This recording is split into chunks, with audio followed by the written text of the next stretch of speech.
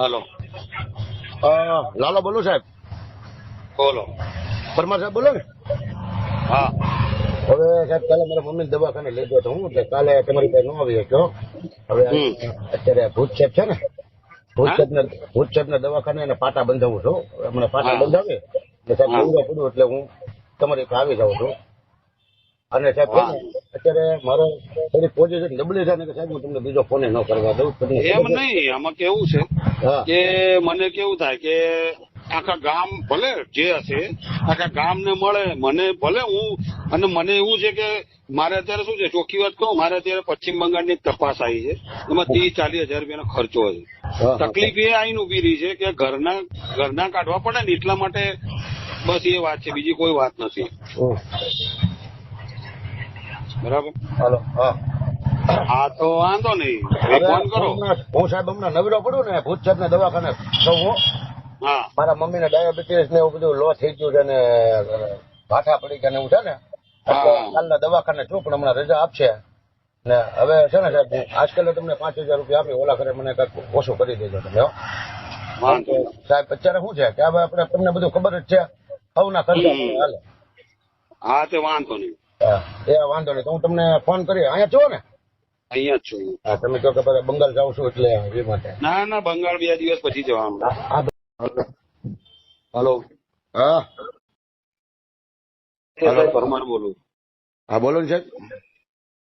આપવાના છે કે નથી આપવાના? હા અગર ના, બે માંથી એક જ શબ્દ. સાહેબ મારી વાત સાંભળો, અત્યારે પોઝિશન મારી નબળી છે. મેં શું કીધું? હા અગર ના, મારે બરાબર છે. એટલે એના કારણે કેમ કે ભાઈ એ પ્રમાણે મારે કામગીરી કરતા ભાવે, બરાબર. કેમ કે મને ભીખ માંગતા મને સારું નહીં લાગતું. હા પણ સાહેબ હું બધી તમારી વાત સમજુ છું, બરાબર. હા પણ અત્યારે મારી પોઝિશન સાહેબ બહુ ખરાબ છે. મેં શું કીધું? ચોખ્ખું હા અગર ના, બસ એટલે પતી વાત. એટલે એ પ્રમાણે મારે કામગીરી જે કરવી એ કરવું. કેમ કે હું કાલે છે ને ઘરે બી આવ્યો હતો. કાલે ઘર બી બંધ હતું. ઘરે નહોતો સાહેબ. મને ખબર છે, અમે 7:30-8 વાગે આવેલા, બરાબર. એટલે કેમ કે ચોખ્ખી વાત છે, અહીં તો હા અગર ના. અહીંયા આપણે એક જ નિયમ છે, કોઈના ઉતરે કોઈ દીવો બળતો નથી. ના ના, એ તો સાહેબ તમારી વાત બરોબર છે, બરાબર. જો ઓલા ખરે તમે સાહેબ ખાલી ફોન કર્યો એટલે હું તરત તમારી પાસે આવી ગયો હતો. અરે ભાઈ એક વાત છે, એ વાત ગઈ વખતે બી આયા છો કે નહીં, એ ક્યાં ગણાવવાની જરૂર છે? આ વખતે મારે આ 4મી-5મી વખત હું ફોન કરું છું.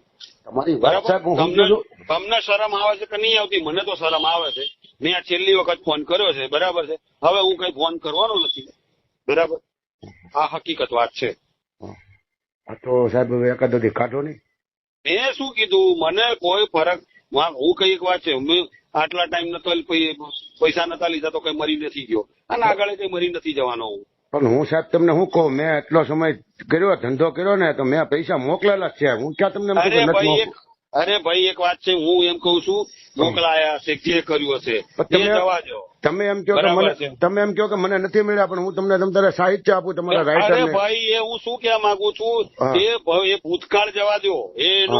એ મારે કઈ ગાવું નથી. એ મને મળ્યા નથી મળે એ મારે કઈ ગાવાનું નથી, બરાબર છે. કેમ કે આ એક પેલા એના માટે હું વારે ઘડિયા આ 6મી-7મી વખત હું ફોન કરું, સાહેબ હમણાં આવું. ના સાહેબ કાલે આવું. અરે સાહેબ 2 દિવસમાં પોખતો કરી દો. સાહેબ જગદીશભાઈને મોકલી આપજો.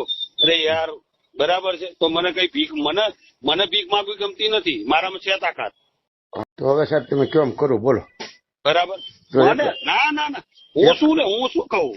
એકાદો દી સાહેબ નીકળે એમ હોય, બરાબર. હું શું કહું એનું કારણ છે ને. અને પછી એક વાત છે, અને પછી આ મહિને ફરી પાછો કઈક પૈસા લેવા મોકલીશ ને, એટલે એમ જ કે છે કે આ મહિને હમણાં 10 તારીખે તો પૈસા આલ્યા છે. એટલે શું કરવાનું? સાહેબ મારે બધું બંધ છે, તોય હું તમને ના નથી પડતો. પણ ના, હું ચોખ્ખી જ વાત કઉ છું, આપણે ધંધો ના કરતા હોય તો નહીં જ કરવાનો. હકીકત વાત છે. એટલે તમે તારે ડિસ્ટર્બ પૂછો, મને ના પાડેલી છે એટલે હું કઈ નથી કરતો. પણ હું શું કહેવા માંગુ, કઈ વાંધો નહીં, કઈ વાંધો. મેં પેલા કીધું તો ખરું, બરાબર છે. મેં પેલા મને પેલા પૈસા મળ્યા નહીં મળ્યા, ચલો એ અલગ વસ્તુ છે, બરાબર છે.